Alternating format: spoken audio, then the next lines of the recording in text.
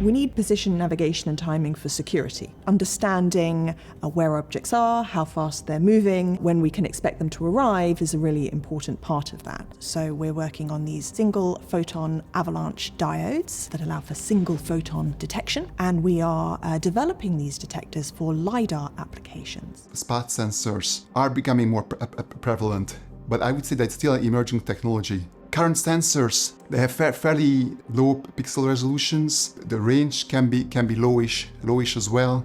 Quite often, if you do want to extend the range, you need some sort of optomechanical scanning mechanism, but then that increases the bulkiness of such systems, reduces their robustness to shock vibrations, which you can very easily encounter, for instance, if the system is installed on a car, say. But for the application that we're looking at, the LiDAR application, we want to be looking further into the infrared range of the spectrum, so beyond what we can see. For that, we need to use these alternative materials, but we want to develop them into arrays similar to cameras. And the reason we need to be in that spectral range is because for autonomous vehicles, if you are emitting light in order to do this ranging, you want to be emitting light that people can't see.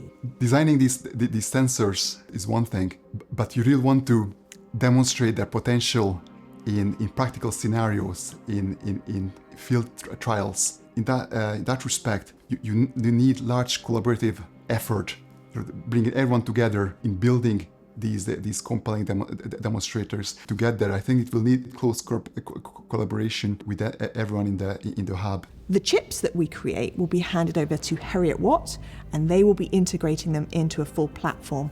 We'll also be working closely with University of Glasgow, who are developing SPAD devices, but on a different material system. So we'll be looking to compare and track the development of the two platforms. The technology is reaching a fairly mature point, but there's still a lot of room for development, especially in terms of building robust systems with high enough spatial resolution that can operate over long distances, hundreds of meters, through scattering media, be it fog, smoke, rain, or murky waters if you're talking about undersea, and can do so without relying on bulky optomechanical scanning mechanisms, which would then make the system a lot less robust to various environmental factors.